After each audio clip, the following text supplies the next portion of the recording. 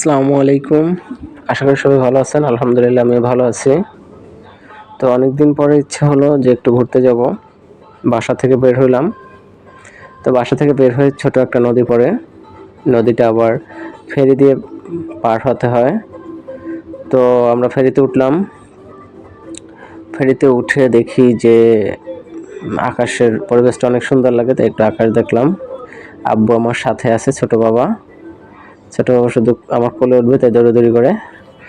তো আমরা প্রথমে গেলাম বিবি ফিশকুনির পাড়ে। বিবি ফিশকুনির পাড়টা একটু ঘুরে দেখলাম। অনেক দিন হইলেও আসলে এখানে যাওয়া হয় না।